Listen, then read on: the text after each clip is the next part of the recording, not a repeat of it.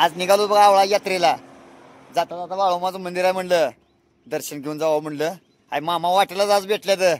कसं कसं जरा बघूया, जरा दर्शनाचा रंग, जरा दर्शन बिर्शन घेऊन हे करून जाऊया म्हणलं. आता हाय हाय ज्याचं बघते त्याला शक्ती बरोबर मामा देत असते.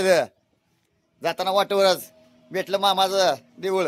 नामदेव म्हणलं दर्शन घे आणि पुन्हा पुढे जा. मी हाय तुझ्या भक्तीचे शक्तीचा द्यायला. कुठे चाललाय? ह्या काय मामाचं मंदिर आहे असं कटपळमध्ये. इकडे मिठी माऊली समाधी आहे ते. इकडे पुजारी काका आहे ते दर्शनासाठी येते लोक. घ्या जरा, लावा जरा भांडा भेंडारा जरा. हा लावा. हा जय बाळू मामा. जय बाळू.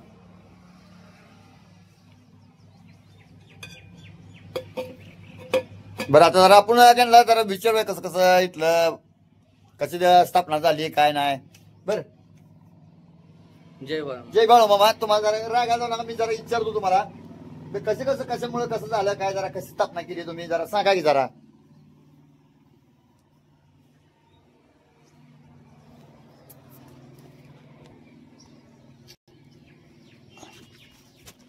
हा सांगा जरा, मेंढी माऊलीची कशी स्थापना झाली काय झालं जरा पाठीमागे हा हाय दिसतंय जरा सांगा.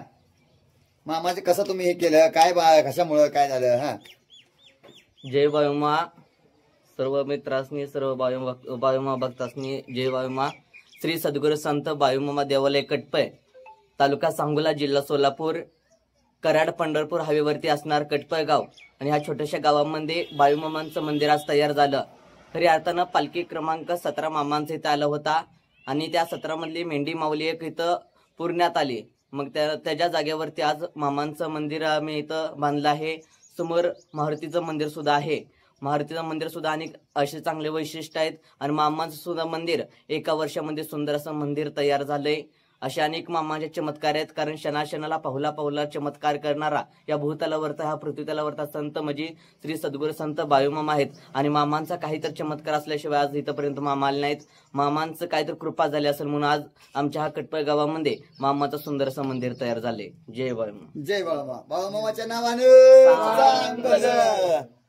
असेच नवनवीन व्हिडिओ पाहण्यासाठी नामदेव गारगार चॅनलला लाईक करा, सबस्क्राईब करा. धन्यवाद. बरं एक राहिले आपण जरा अजून एक जरा ते इथे वाननेर पुरलेलं आहे त्याचं जरा त्यांचं कसं कसं जरा सांगा की जरा आम्हाला त्यातलं कसं कसं झालं एक त्यातली जरा माहिती सांगा आम्हाला थोडी.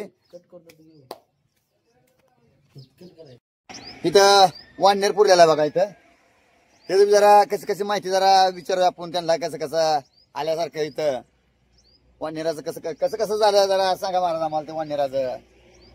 खऱ्या अर्थानं आज आमच्या इथं मारुतीचं मंदिर सुद्धा तयार होतंय. मामांच्या म्हणजे खऱ्या अर्थानं असा प्रसंग घडला की बाळूमामांच्या समोर मारुतीचं मंदिर सध्या कुठंच नाही.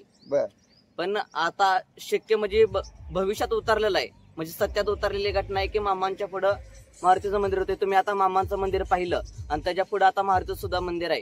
कारण ह्या जागेवर आम्ही फक्त मूर्ती स्थापन केली नाही किंवा दगड लावून त्याला मारुती मानला नाही. कारण एकदा मागल्या 2-4 महिन्यापूर्वी गावामध्ये एक वाननेर आला होता. वाननेर आल्यानंतर तो वाननेर गावातून आला, मामांचं दर्शन घेतलं. मामांपासून त्यानं केळं खाल्ली 2. तिथनं केळं खाल्ल्यानंतर तो गावाकडे जाताना त्याचा अपघात घडला, ऍक्सिडेंट झाला. मग तिथून आम्ही पुजारीने आम्ही त्याला आणला आणि इथं त्याची मूर्ती स्थापना करण्यासाठी त्याची पूजा करून आम्ही ते पुरला गेला आणि त्या जागेवर आता मंदिर बांधायचं चालू. म्हणजे इथं मामाचं दर्शनासाठी आला, दर्शन घेतलं, मामाचं दर्शन घेतल्यानंतर मारुती सुद्धा दर्शन इथं होणार.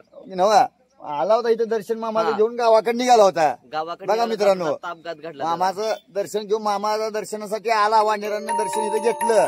दर्शन घेऊन गावाकडे जाताना अपघात झाला. म्हणजे यांनी काय केलं, पुजारी काकाने आणून इथं त्यांना इथं त्यांची स्थापना केली, पुरलेला आहे असं हे केलेलं आहे. आणि तिथं त्यांचं आता मंदिर बांधायचं अजून काम चालू आहे बघा. इथं त्यांचं जरी कोणी भावी भक्त येत असले, तुम्ही येणार असले देवासाठी सदळ हाताने मदत करावी हीच माझी प्रार्थना. कुणाला काही म्हणत नाही. पुन्हा माणसाला नामदेव त्यांना पैशासाठी ही का तसं कायच नाही.